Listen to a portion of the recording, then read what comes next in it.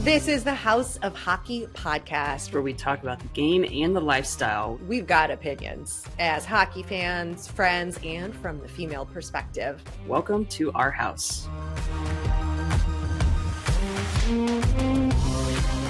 Welcome to the House of Hockey podcast, episode 171. I'm one of your hosts, Breezy. And I'm your other host, Rae. The biggest news of the weekend was Lainey Wilson won her first Won Grammy. a Grammy. I was waiting for that one. Did you see Miley's performance? I saw clips of it, yeah. Oh my God, she's so great. She's fantastic. Her speech was like very all over the place, but you know. Yeah. Mm-hmm. I didn't watch the Grammys, but no. Obviously Lainey's thing pulled up immediately. And I was like, I'm so proud of her. She's so great. Me and then too. I kept seeing Miley's videos of her just being Miley. Yeah. And I loved it. She's the best. Like, let's be real. She is. She's the best. She is so freely her and just lives. Just iconic. Yeah. She's just iconic. We need that, you know? Mm-hmm. That. She's like, would she be considered the modern day Madonna? I hate doing that kind of comparison thing. I don't think you can truly compare, but no, you can't. But like the way that she acted in yes. The Grammy, yeah, and just sort of not being afraid to try new things. I don't like the word reinventing herself because, like, I also don't think that applies. But just doing new things, doing different music, changing her look. Just freely being who she is and doing what she wants, I think is awesome. Yeah. Okay, she's great. But really that wasn't like that was Breezy and I's big moment of the weekend. But there was so much that happened over the weekend. We've got a couple of quick topics to cover. Olympics, 4 Nations, All-Star Weekend, PWHL news. We've got Elmo. We've got Punchable faces and a lot to cover. And I'm very excited to talk about all of this, starting with, I am so happy the boys are going back to the Olympics. I am too. I saw the news and I was like, they needed that because they've been asking to go back. Yes. They were dealing with financial agreements and getting the right money and price to get the boys to play and have the season pause for probably like 2 weeks, maybe more. Yeah. But I mean, they already get a break anyway. Yeah. I mean, the boys who aren't all-stars get a break. Yeah. But then like you think about it, like if you're playing for your country, like that's something different. Oh, I think the pride amongst the players and the honor to be able to do this. And for so many of them, it's been over 10 years to be able to have the opportunity to do it and qualify for it. I'm so excited. And I'm sure there's probably some boys who've never played in the Olympics and maybe aren't even playing anymore. And that sucks for them. But because you figure this could be like Sid's last year playing for his country, which, I mean, that's sad. That's actually sad to think about. I know, but he played in the Olympics, I think. Yeah. But I mean, if you had an opportunity to play every time the Olympics came around, like you would do it. Yeah. But if you can't, then like that kind of sucks. It does. I'm stoked. It's in Milan, Italy. I'm like that would be enough reason for me to want to go. I love everything Italian in Italy, except it would be my worst nightmare going to an Olympics with all of those people. I just would not. Yeah. I would not be able to enjoy a minute of it unless I was. No, you'd be getting cannolis. Yeah.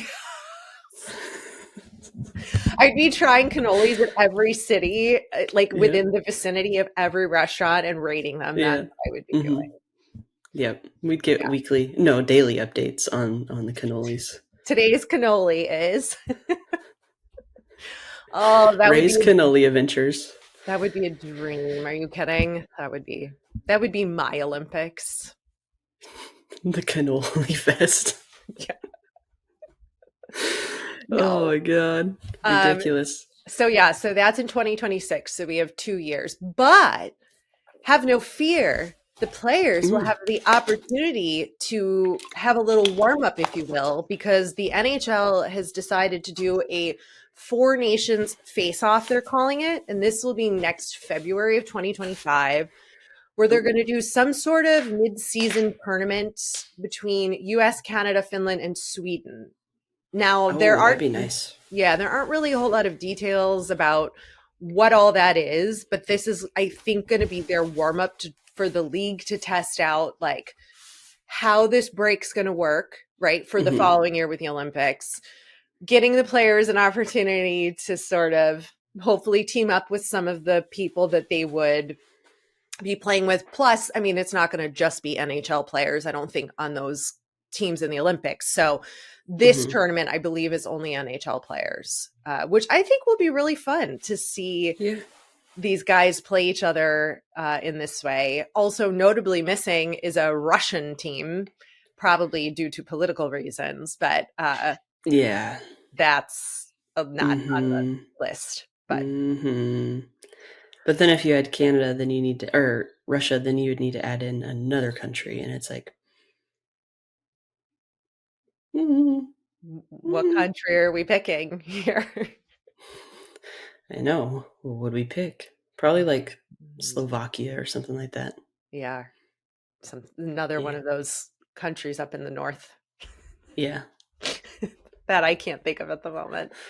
But I think that will be interesting I think that could be really interesting. And we'll see how that plays out. More news, of course, will follow.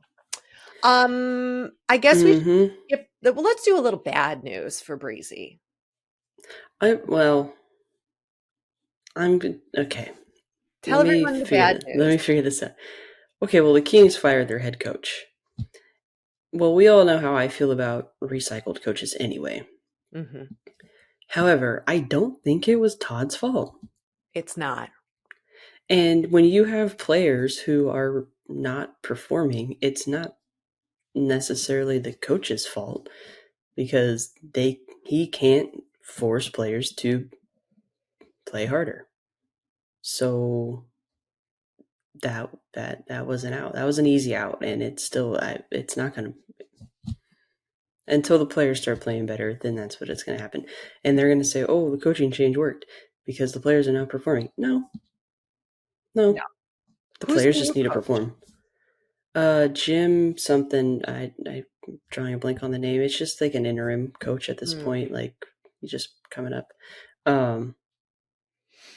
Because you don't go from winning 16 games in a row at the very beginning of the season and be like, "Oh yeah," to then losing and then be like, "Coach's fault." No. Because why did the coach help them win 16 games straight and like set like a record? Yeah, some could argue that he didn't have control over the players or have their respect. I'm sure that's the flip side of it, but yeah, but they also said the same thing about Sutter and like what Sutter did, and then that was the case where like they had bad relations in that locker room because of that. But with Todd, I mean, they looked like they were. It never seemed like. I mean, I'm not in the locker room, but it never seemed like that. And it was just I mean, if you have Drew Doughty calling out players, saying it's not the coach's fault, it's the players worrying about their own individual points and needing to do it for themselves or for the team, and then still not performing. Yeah, it's hard. And Drew Doughty would be the one that would say there's a coaching problem. For sure. Like, let's be real. Yeah, he's not afraid out of everybody. No. Yeah. Call out what needs to be changed.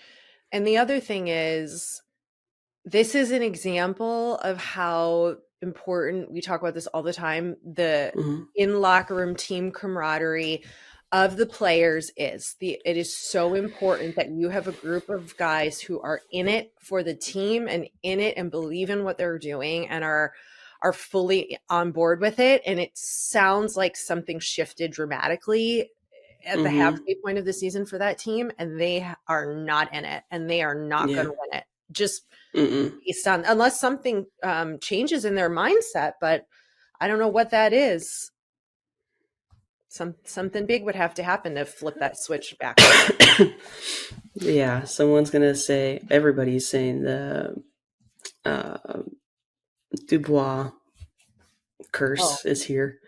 So, well, some of the stats do say otherwise, which we've talked about, but that there is a curse, or there's something going on. Except, how can you hate him? He like did a whole feature on like animal rescues in LA, and like did a whole social media. Yeah, I mean it's all noise, right? Like yeah. It comes down to more than just a single player and things that. But I do like watching the puppies. I know. The little tiny little guys. They're so cute. I would just want to save all the animals. Quit all the rest of this. And then go on a cannoli tour. Sounds great. I feel like you need to get a dog, like a new dog. Not a new dog, but like another dog.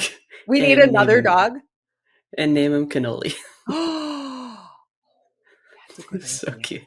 It's a good idea. I think that should be the name of my next dog, is Cannoli. It should be. It's Cannoli. It could be a boy or a girl too. I feel like it fits.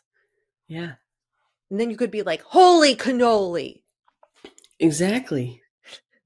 It's just great. They have to be like tan and white. I'm going to like just search for a dog that solely looks like a cannoli so I can name it Cannoli. That's the dog I'm going to save. So lucky day for that dog. Lucky day. If you look like a cannoli, you're coming home with me. Okay. All-Star Weekend. A lot happened. We cannot cover all of it. Overall, I thought the amount of good content, entertainment value-wise we got through socials was great. Mm-hmm. Lots of great moments, lots of fun, reshareable content, brought some giggles and some entertainment to me. You what? Yeah. You giggled at something? Especially having to probably do with Austin Matthews? No, I did not giggle. I think I smiled at a few things. So I giggled when Austin was putting his gear up and Bieber was just sitting there and just put his private parts right in Bieber's face. And Justin goes, "You dirty little boy." That's so funny. Boys are weird. Boys are so weird. They're so funny. I like their relationship. I feel like I would do that with like my boobs. Like I would like put my boobs in front of like your face or something, like if you were sitting and I was like just to be funny, you know? It's just to be funny, yeah. Yeah. Like just it happens all the day. Like Sarah, my friend Sarah, she used to do like I used to wear more like low cut tops and we would go out to the club 10 years ago. And she would take her finger, put it in between my boobs and go, no, no, no, no, no, no. Just like, I don't know why. Like it was just so weird and funny. And like, I don't know, you know, so girls do it too. We've all got our things. Or maybe it's just me. Maybe I'm really a hockey player on the inside. I don't know. That is so funny. Yeah. She would just do it. And I was like, okay, we're doing it. I don't care. Well, the next time you're at her house, she better do this live on air. I will make her do it. I will make her do it. I will make her do it to me. It's so funny. Think there's no video proof of that. But anyway. Okay, what was your high and low of the All-Star Game weekend? Like favorite moment, least favorite moment, or like happiest thing you saw and stupidest thing you saw? Oh, gosh, what did I see? I mostly just saw from social clips. The coolest moment I thought was Rick Tocchet and Wayne Gretzky behind the bench together. I loved seeing the TNT boys. Well, you know, because Talk was on for a season, but I loved seeing them behind the bench. And also how terrifying to be the players on that team with Gretzky standing behind you. Yeah. Like, ooh, better turn up and actually put some effort in here and not disappoint the great one. So that was a high for me. I had a lot of lows, which I'm sure we're not surprised. But the lowest of the low that I am going to pick is Nikita Kucherov. Okay. I did just saw not. something come up on him This today.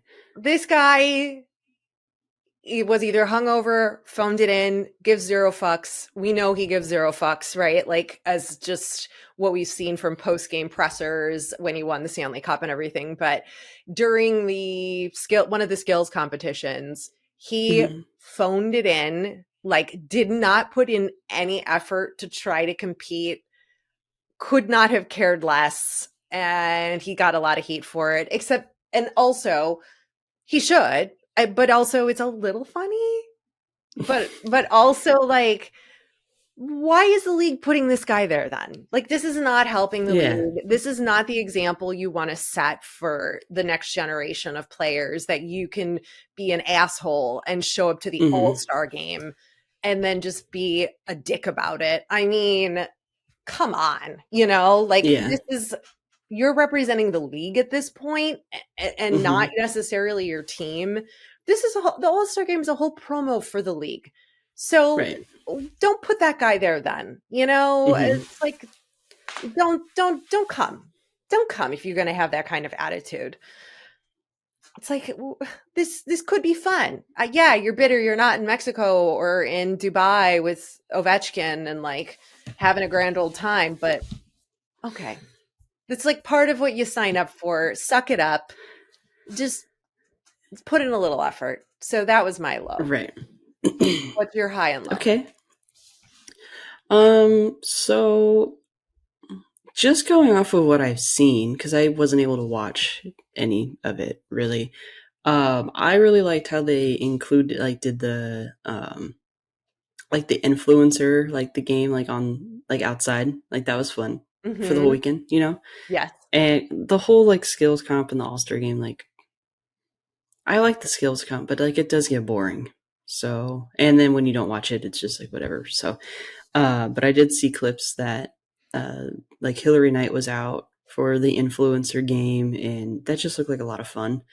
And that it would have been probably more fun to watch because you got those guys doing trick shots and just being goofy. And then I didn't like how every single player had to take a picture with Justin Bieber. Yeah. Like, isn't there more to do than just take like, don't get me wrong, I love the Biebs. But it was like every single picture you saw, like a team post, it was their player with Justin Bieber. Yeah. That was a little weird. I was like, I mean, I guess it's not my low. I don't think I have a low. It was just like that wasn't my favorite. Yeah. Yeah, it was. Like, they all were asking to take a picture with him. Which is, I mean, that's normal, but, like, to have, like, every, like, social media post on my feed end up being, like, someone with Justin Bieber was like, okay, I get it. I wish I was there too. I get it. Yeah. It's a little overkill, I think, on the Biebs content. Yeah.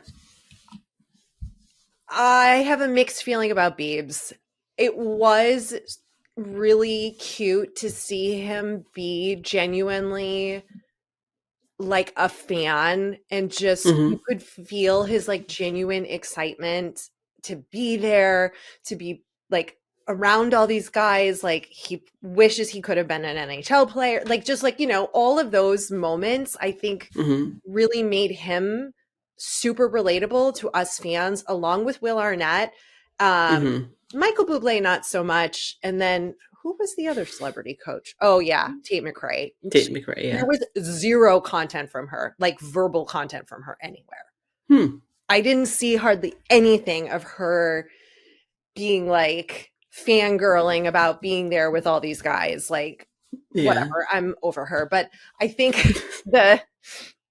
seeing those moments and hearing from those celebrities in that way is how all of us feel, and all of us watching, and how we would all be freaking out and just have, like, a loss of words to be able to coach these guys and be around all of them. And I think that was one of the winningest moments and successes of this All-Star weekend. Just, you're connecting with the fans, and that, bottom line, to me, is the most important thing. Yeah. So hands down. yeah. And of course, McDavid won everything solo, which is not surprising because he's going to continue to just win all the solo awards and never have a Stanley Cup. So there's that. And then the Leafs actually won something. They won the thing that means the least, which is the All-Star game. Yay, Leafs. So sarcastic. Yeah. So sarcastic. Yeah. Cool. What's your note? Oh, and Bedsy got to go. Connor Bedard got to go.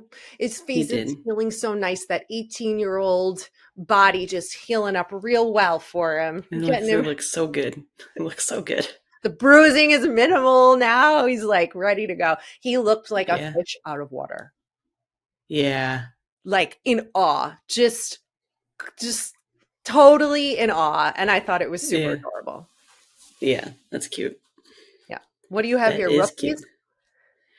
Okay, maybe this is just me, but I feel like every rookie season for like the up and coming guys, every single time they get hurt.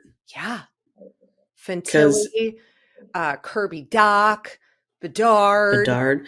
McDavid broke his leg. Yeah. Yeah. What is that? Are we just like putting these boys out there too soon? No, I think maybe it's just maybe it's just them not knowing how to play at that like level of speed, like knowing how to do it and like being physically able to do it, but like feeling maybe like, oh my God, like I need to step it up, and then working extra hard and then just being injury prone, I guess. But I don't know the answer to that, but I'm like, so now all the rookies just get injured in their rookie season. Yeah. Yeah. It's a thing. It's not great. I really don't think they're prepared for a lot of the defensive elements of the game and the level. And again, they're 18, some of them. They're not fully developed humans. And they're playing against 30-year-olds who are built like a brick shit house. Right. You're going to get hurt. I mean, just, I don't know, physics, right? Velocity, mass, volume, speed. I don't know. There's a formula, I'm sure. There's like facts. That's like, that's going to happen if you're not careful and doing what you need to. But you are correct. I noticed that as well, especially when Fantilli went out. But that was a freak thing with him with the blade to his leg. But still, doesn't matter. Doesn't matter. Got to protect our boys. That's also why I am not like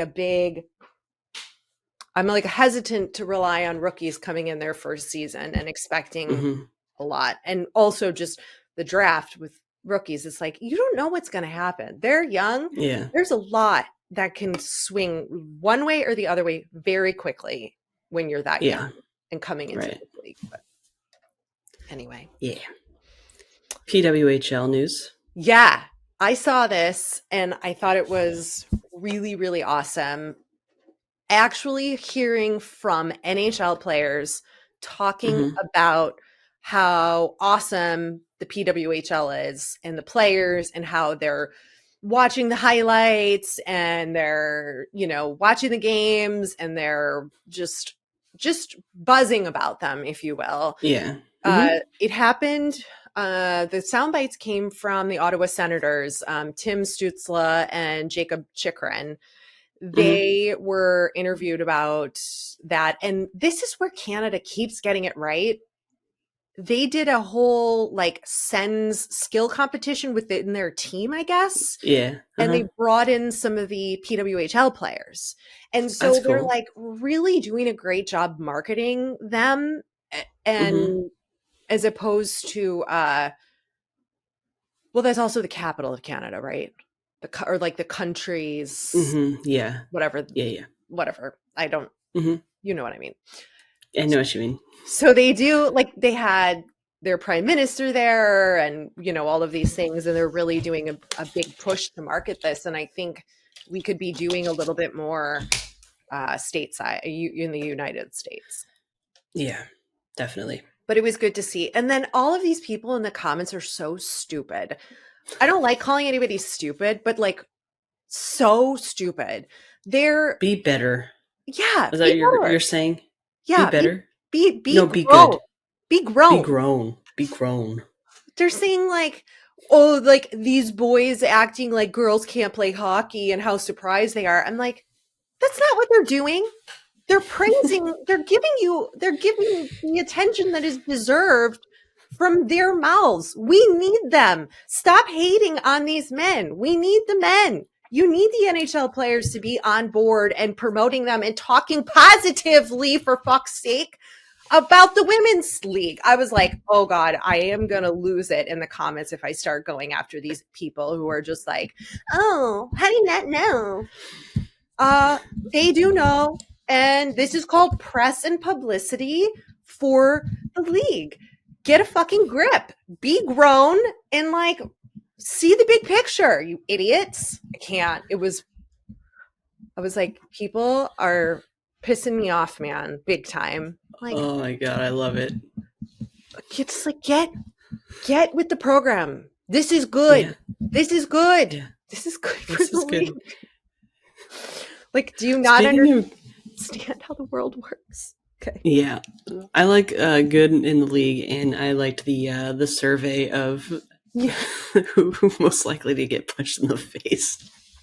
Okay, I was really surprised about that like survey with Nick Cousins being the number one answer. Well, yeah, Nick Cousins is becoming, well, not becoming, like he is a very not well liked player for many reasons, just because he's Nick Cousins. Apparently, I like him a little bit though, but yeah, that's funny.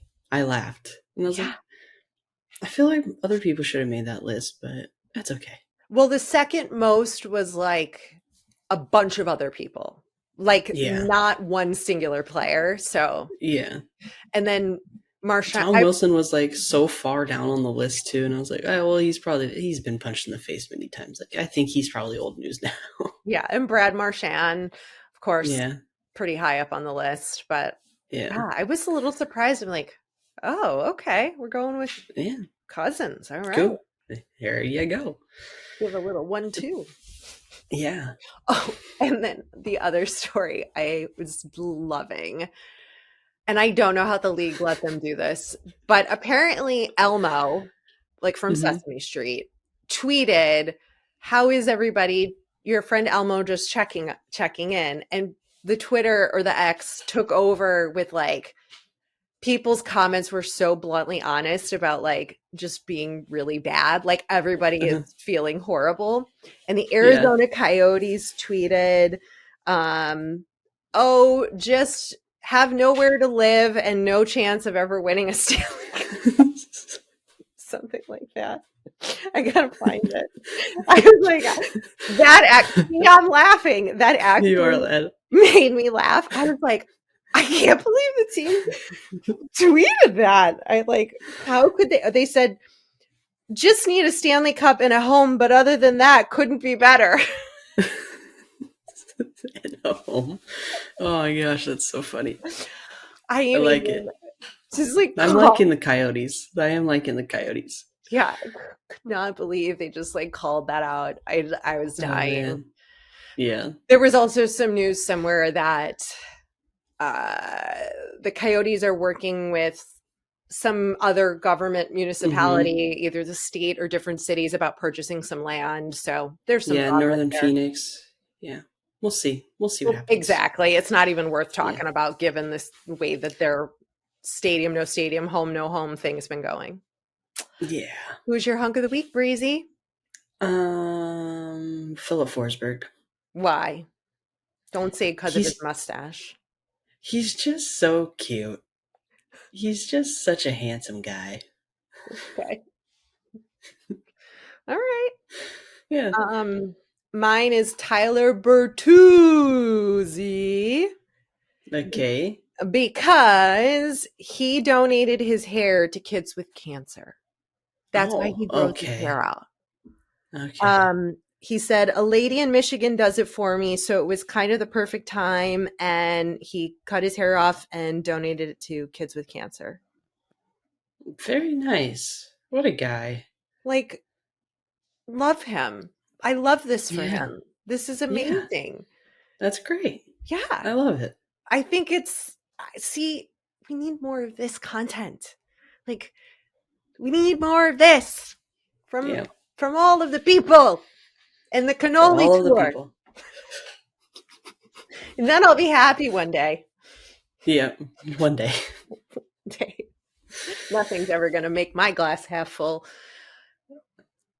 Here we are. Here we are. All right. That's it. Until next week. Yep. Okay. Peace out, Girl Scout. Be grown. Thanks for coming over to our House of Hockey podcast and hanging out with us. We'll be back next week with a brand new episode. And in the meantime, you can follow us on social media. Just look for House of Hockey podcast. We'll be back next week.